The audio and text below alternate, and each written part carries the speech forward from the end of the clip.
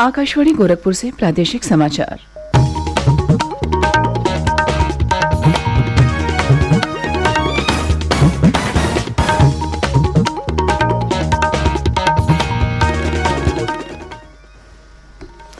नमस्कार, समाचार बुलेटिन के साथ में शिवानी अरोरा। पहले मुख्य समाचार। प्रधानमंत्री नरेंद्र मोदी आज बलरामपुर में सरयू नहर राष्ट्रीय परियोजना का करेंगे उद्घाटन। राज्यपाल आनंदीबेन पटेल ने जौनपुर में वीर बहादुर सिंह पूर्वांचल विश्वविद्यालय के 25वें दीक्षांत समारोह को किया संबोधित। विद्यार्थियों से राष्ट्र के नवनिर्माण के लिए काम करने का किया आह्वान। मुख्यमंत्री योगी आदित्यनाथ ने कहा कि सामाजिक रूढ़ियों पर प्रहार करने का माध्यम है शिक्षा। सामाजिक क्रांति शिक्षा के बिना नहीं है संभव। और गोरखपुर दूरदर्शन आज से भोजपुरी के कई कार्यक्रमों की कर रहा है शुरुआत। दूरदर्शन उत्तर प्रदेश से होगा कार्यक्रम का प्रसारण। अब समाचार विस्तार से। प्रधानमंत्री नरेंद्र मोदी आज बलरामपुर में सरयू नहर राष्ट्रीय परियोजना का उद्घाटन करेंगे। यह परियोजना 1978 में शुरू हुई थी, लेकिन बजट सहयोग, अंतर विभागीय समन्वय और पर्याप्त निगरानी के अभाव में लगभग 4 दशक बाद भी पूरी नहीं हो सकी थी। किसानों के हित और सशक्तिकरण के प्रधानमंत्री नरेंद्र मोदी के प्रयासों और राष्ट्रीय महत्व की लंबित परियोजनाओं को प्राथमिकता देने की उनकी प्रतिबद्धता से इस परियोजना पर फिर ध्यान दिया गया। वर्ष 2016 में इस परियोजना को प्रधानमंत्री कृषि सिंचाई योजना के तहत लाया गया ताकि समयबद्ध सीमा में इसे पूरा किया जा सके। इस परियोजना पर नए सिरे से ध्यान दिए जाने से लगभग 4 वर्ष में इसे पूरा कर लिया गया। एक रिपोर्ट हमारे संवाददाता की। सरयू नहर राष्ट्रीय परियोजना के तहत 5 नदियों घाघरा, सरयू, राप्ती, बाणगंगा और रोहिन को नहरों के माध्यम से जोड़ा गया है। इस परियोजना पर कुल लागत लगभग 10,000 करोड़ रुपए आई है, जिसमें से लगभग आधी रकम पिछले 4 वर्षों में केंद्र सरकार ने उपलब्ध कराई है। इस परियोजना के शुरू हो जाने से 14 लाख हेक्टेयर भूमि पर सिंचाई की सुविधा मिलेगी और लगभग 6,200 गाँवों के 29 लाख किसानों को फायदा होगा। इससे पूर्वी उत्तर प्रदेश के 9 जिले लाभान्वित होंगे। ये जिले हैं बहराइच, श्रावस्ती, बलरामपुर, गोंडा, सिद्धार्थनगर, बस्ती, संत कबीर नगर, गोरखपुर और महाराजगंज। सरयू नहर राष्ट्रीय परियोजना बहराइच जिले में सरयू बैराज से शुरू होती है। इसकी मुख्य नहर की लंबाई 318 किलोमीटर है, जिससे 6,500 किलोमीटर से भी ज्यादा लंबाई की कई छोटी नहरें आकर जुड़ती हैं। ये परियोजना उन 99 परियोजनाओं में से है जिन्हें प्रधानमंत्री नरेंद्र मोदी ने पूरा करने के लिए चुना है। ये परियोजना जल संकट का सामना कर रहे पूर्वी उत्तर प्रदेश के किसानों के लिए नई उम्मीद बनकर आई है। आदित्य शुक्ला, आकाशवाणी समाचार, बलरामपुर। राज्यपाल आनंदीबेन पटेल ने कहा कि आज के माहौल में लोगों की सोच और समझ में बदलाव आया है और इसी बदलाव की वजह से बेटियां भी हर क्षेत्र में आगे बढ़ रही हैं। श्रीमती पटेल ने विद्यार्थियों का आह्वान किया कि वह जीवन में सकारात्मकता और सार्थकता के साथ ऐसे काम करें जिससे न सिर्फ देश के नवनिर्माण में उनकी भूमिका रहे, बल्कि आने वाली पीढ़ियां उन्हें याद रखें और उनसे प्रेरणा हासिल करें। राज्यपाल कल जौनपुर स्थित वीर बहादुर सिंह पूर्वांचल विश्वविद्यालय के 25वें दीक्षांत समारोह को संबोधित कर रही थीं। इस अवसर पर उन्होंने 65 मेधावी छात्रों को स्वर्ण पदक प्रदान किए। इनमें अधिकांश छात्राएं शामिल थीं। समारोह में मुख्य अतिथि प्रोफेसर JS राजपूत को DSC की मानक उपाधि से प्रदान की गई। इसके अलावा रसायन विज्ञान के प्रोफेसर दीपक पठानिया को DSC की उपाधि दी गई।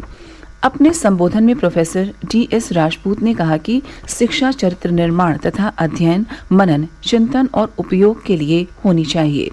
उन्होंने कहा कि दुनिया में वही देश आगे बढ़ेगा जिसके पास बौद्धिक संपदा होगी।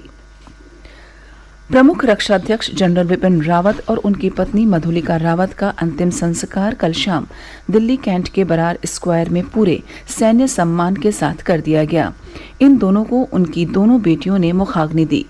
इस दौरान जनरल रावत को 17 तोपों की सलामी दी गई।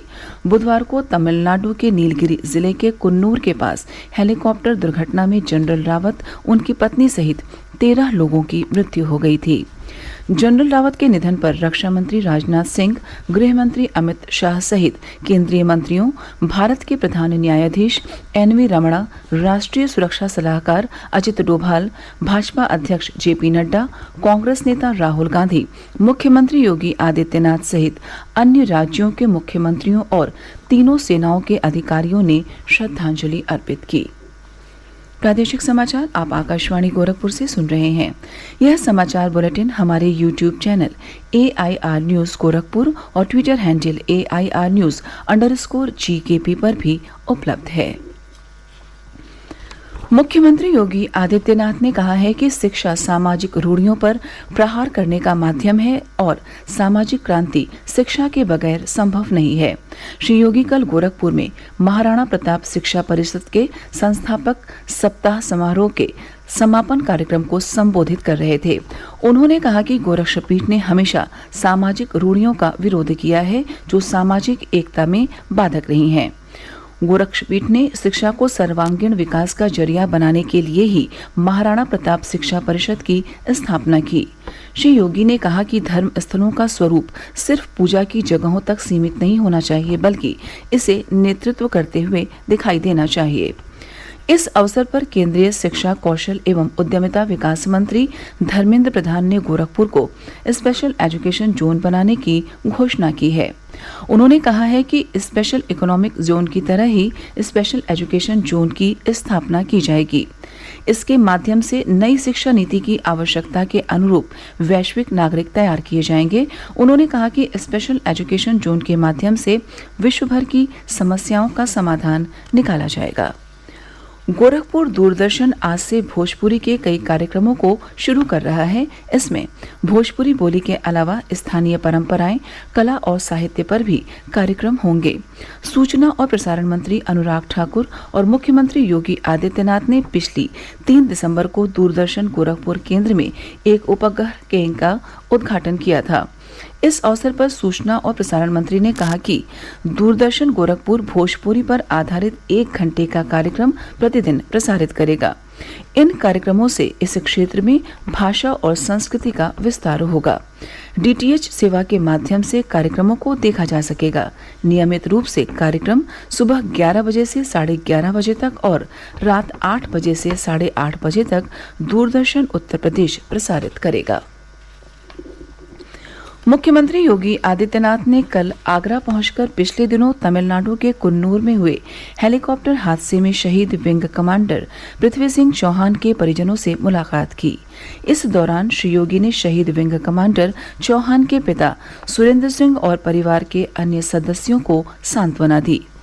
मुख्यमंत्री ने विंग कमांडर चौहान के परिवार को 50 लाख रुपए की मदद और परिवार के एक सदस्य को नौकरी देने की घोषणा की। विंग कमांडर चौहान का पार्थिव शरीर आज आगरा पहुंचेगा और वहीं पूरे सैन्य सम्मान के साथ उनका अंतिम संस्कार किया जाएगा। क्षेत्रीय समाचार एकांश आकाशवाणी लखनऊ द्वारा उत्तर प्रदेश की बात आकाशवाणी के साथ शीर्षक से कार्यक्रमों की एक विशेष श्रृंखला का प्रसारण शुरू किया गया है। इस श्रृंखला में विगत 5 वर्षों के दौरान केंद्र और राज्य सरकार द्वारा प्रदेश में संचालित अनेक कल्याणकारी योजनाओं के माध्यम से प्रदेश के लोगों के जीवन स्तर में आए सुधार की जानकारी जन सामान्य तक पहुंचाई जा रही है। 10 मिनट के इस कार्यक्रम का प्रसारण शाम 7:45 से 7:55 तक आकाशवाणी लखनऊ के प्राइमरी चैनल 747 किलोहर्ट्ज पर किया जाएगा। यह कार्यक्रम न्यूज ऑन AIR ऐप पर भी उपलब्ध रहेगा। और अंत में इस बुलेटिन के मुख्य समाचार एक बार फिर। प्रधानमंत्री नरेंद्र मोदी आज बलरामपुर में सरयू नहर राष्ट्रीय परियोजना का करेंगे उद्घाटन। राज्यपाल आनंदीबेन पटेल ने जौनपुर में वीर बहादुर सिंह पूर्वांचल विश्वविद्यालय के 25वें दीक्षांत समारोह को किया संबोधित। विद्यार्थियों से राष्ट्र के नव निर्माण के लिए काम करने का किया आह्वान। मुख्यमंत्री योगी आदित्यनाथ ने कहा कि सामाजिक रूढ़ियों पर प्रहार करने का माध्यम है शिक्षा। सामाजिक क्रांति शिक्षा के बिना नहीं है संभव। और गोरखपुर दूरदर्शन आज से भोजपुरी के कई कार्यक्रमों की कर रहा है शुरुआत। दूरदर्शन उत्तर प्रदेश से होगा कार्यक्रम का प्रसारण। इसी के साथ प्रादेशिक समाचार समाप्त हुए। नमस्कार।